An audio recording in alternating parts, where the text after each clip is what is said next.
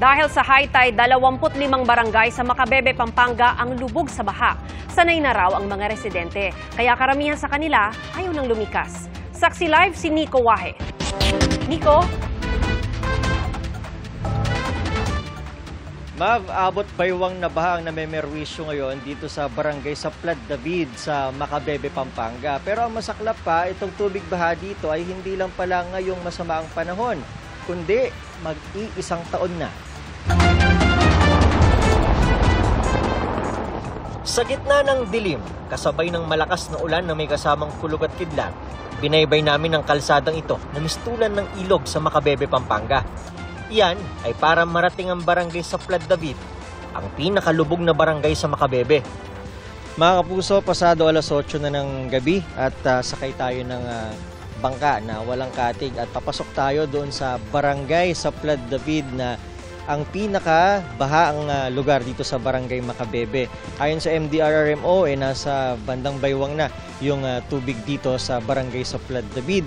At titingnan natin ang sitwasyon nila na ayon sa kanilang kapitan, ang tubig sa kanilang barangay, lalo na sa kalsada, ay tumatagal ng hanggang 1 taon. Ang mga residente sawa na raw sa ganitong sitwasyon. Sobrang hirap po yung mga namin, puro alipungan na. Si Casey, safety ng mga anak ang inuna matapos pumasok na ng tubig sa kanilang bahay. Lilipat po kami kay nanay. Lubog po, wala na kaming matulugan. Ayon sa kapitan ng barangay, noong January 9 pa huling nawalan ng tubig sa kanilang barangay. Yung tubig namin dito sa daan namin, mag-iisang taon na yan. Dadagdagan na lang. Pag umulan na ganyan, pag may bagyo, lumalaki. Sa amin pumupunta yung tubig. Sa ngayon, 8 pamilya na ang inilikas nila. Maraming residente ang piniling manatili na lang sa bahay dahil sanay na. Sa katabing barangay Takasan, na una na naming pinuntahan, baha rin. Nakabangka na ang ilang residente. Pinasok na rin ang tubig ang ilang bahay. Pero marami sa mga residente ay hindi na lumilikas. Sanay na po kami sa ganito. Ayun po, nagtataas na mga gamit. May ilang residente naman inunang asikasuhin ng kabuhayan, gaya ni Eddie. Yung mga pispan na lang ang nilalambatan. Nilalambatan kasi? Lumalabas yung mga pakawalang tilapia at saka hipon. Ang ibang tilapia, inuwi na lang nila para may maulam. Unang-una po, we are kaulahing town po, no? Sa coastal town po kami ng Pampanga, kasama po namin itong bayan ng Masantol at Saswan. So, kami po pagsakan ng tubig from the Pampanga River Basin using the Pampanga River as the main drainage, no? Papuntang dagat. Sanay na raw ang mga taga rito, kaya hindi lahat gustong lumilikas. 71 individual ang piniling lumikas sa ngayon. Pero handa raw ang LGU sakaling may kailangang ilikas. Sa barangay Santa Maria sa bayan ng Minalin, lubog na ang kalsada. Maging ang elementary school ng Santa Maria, binaha na rin. Ang barangay San Isidro, hanggang tuhod na rin ang tubig. May ilang bahay nga na pinasok na rin. Mav, bumalik na kami dito sa barangay Takasan kung saan mas mababa yung tubig at hindi na rin kasi makapasok doon gaano yung sasakyan sa barangay sa Plad David. At ngayon, malakas pa rin yung ulan. Mula pa kaninang 5:30 ng hapon, consistent yung ganyang kalakas. Kaya yung ilog na nasa aking likuran ay punong-puno na rin at halos kapantay na ng kalsada. Ito ang tinatayuan namin ay punong-puno na rin ng tubig. Live mula rito sa Macabebe, Pampanga para sa GMA Integrated News, ako si Nico Wahe, ang inyong saksi. Nico, sa ngayon kasi sabi mo na merong mga pamilya na ayaw nang lumikas dahil nga sanay na raw sila na baha. Pero paano yung consideration dito ng lokal na pamahalaan? Dahil kung may mapahamak sa kanila, sino naman ang sasagot doon, Nico? Mav, kausap nga natin yung MDRRMO kanina nitong Macabebe, Pampanga. Ang lagi na lang sinasabi ay resilient naman daw itong mga kababayan natin. Pero ang sinasabi naman nila, handa naman daw sila sakaling man na may magpalikas dito sa kanilang mga kababayan. At may kanya-kanya na raw silang protocol. Kumbaga, bawat barangay may sarili ng protocol sakali man na hindi na talaga kayanin itong taas ng tubig sa kanilang mga bayan. Nico, kamusta naman yung lagay sa mga evacuation center ngayon? Meron bang mga pangunahin na pangangailangan yung mga lumikas na residente, Nico? Ma'am, kanina sa pagtatanong natin doon sa MDRRMO ay kabibigay lang daw ng DSWD sa kanila nung mga kakailanganin nila mga food packs. Sa ngayon ay kung sakali man daw na may magbibigay ng tulong, handa raw sila itong tanggapin lalong sumasama itong panahon. Ma'am. Maraming salamat at ingat kayo dyan. Nico Wahe. Dalawang low-pressure area na ang minomonitor ngayon sa loob ng Philippine Area of Responsibility, kasabay ang patuloy na pag-iral ng habagat. Ang unang LPA ay nabuo kagabi at huling namataan 1,200 kilometers silangan ng Infanta, Quezon. Nabuo naman kaninang hapon ang isa pang LPA na nasa 425 kilometers silangan ng Calayan, Cagayan. Makakaapekto na yung trough nito sa Cagayan Valley. Ayon sa Pag-asa, posibleng mag-merge o magsanib ang dalawang LPA. At kapag naging isa na lang, ay may tsansang mabuo bilang bagyo. Sakaling matuluyan, papangalanan itong Bagyong Dante. Sa ngayon, nakikita ng Pag-asa na paangat ang magiging galaw nito sa mga susunod na araw. Hindi inaasahang tatama sa Pilipinas at posibleng tumbukin ang bahagi ng Taiwan. Pwede pang magkaroon ng pagbabago, kaya tutok lang po sa updates.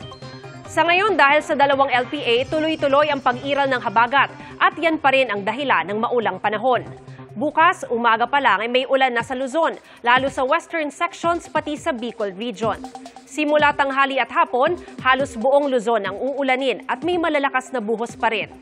Ang Metro Manila, maaga pa lang ay posible ng ulanin. Mauulit yan sa hapon at malawakan ng ulan. Pwedeng magtuloy-tuloy rin yan sa gabi.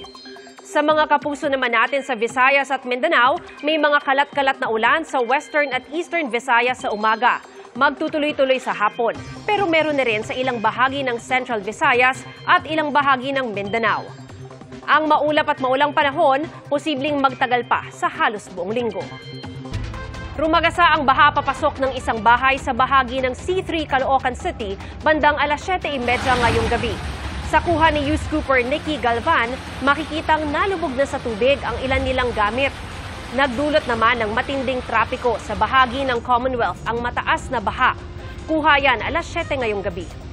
Alas 11 pa lang kaninang umaga, abot baywang na ang baha sa bahagi ng General Luis sa Novaliches, Quezon City.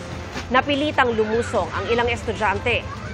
Abot baywang din ang baha kaninang tanghali sa bahagi ng Paso de Blas sa Valenzuela City. Ayon kay News Cooper Regine Puno sa Sota, maraming sasakyan ang tumirik at maging siya ay hindi na nakapasok sa trabaho. Sa Pasay City naman, hindi nagpatinal sa malakas na ulan ang News Cooper na si Armando Mortejo. Nakadalo pa siya sa graduation ceremony na ginanap sa Pasay City kaninang umaga. Sa gitna ng walang humpay na pag-ulan, umabot na sa full supply level o 135 meters ang tubig sa Wawa Dam ngayong araw, base sa social media post ni Rizal Governor Nina Inares. Dahil dito, tuloy-tuloy ang pag-apaw ng tubig mula sa dam. Ayon kay Rodriguez Rizal Mayor Ronnie Evangelista, magsasagawa sila ng forced evacuation kung hindi pa bumuti ang lagay ng panahon. Naka-red alert din ang lungsod ng Pasig. Umapaw na rin ang Lamesa Dam na maaari pang magpabaha sa mga barangay na apektado ng Tulyahan River. Ayon sa MMDA, tuloy-tuloy ang operasyon ng 71 nilang pumping stations. Nasagip ang isang bata matapos anurin ng rumaragasang baha kaninang umaga sa Batasan Hills, Quezon City.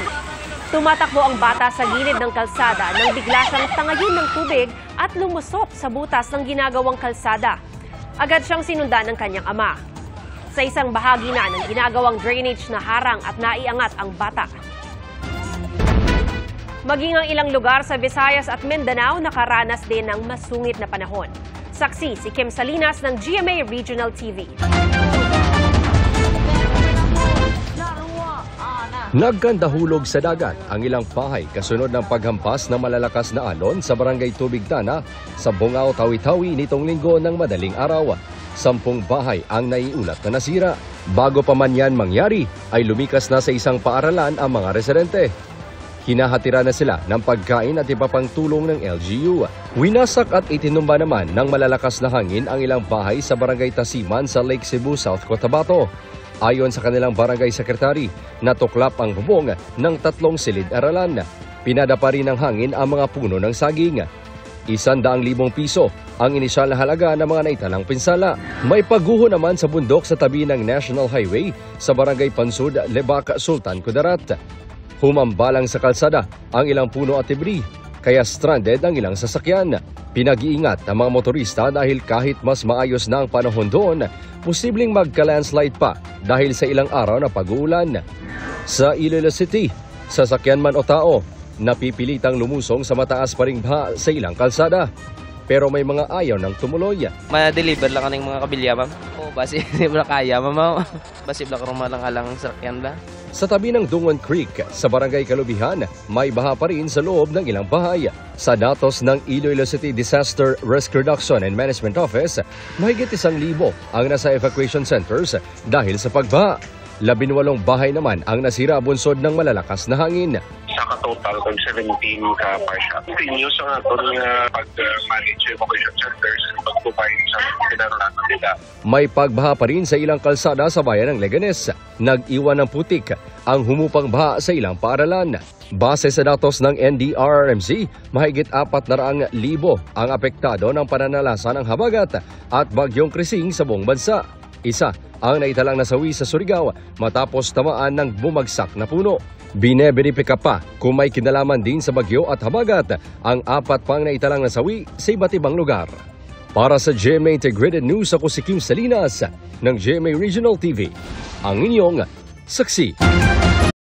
Mga kapuso, maging una sa saksi. Mag-subscribe sa GMA Integrated News sa YouTube para sa iba't ibang balita.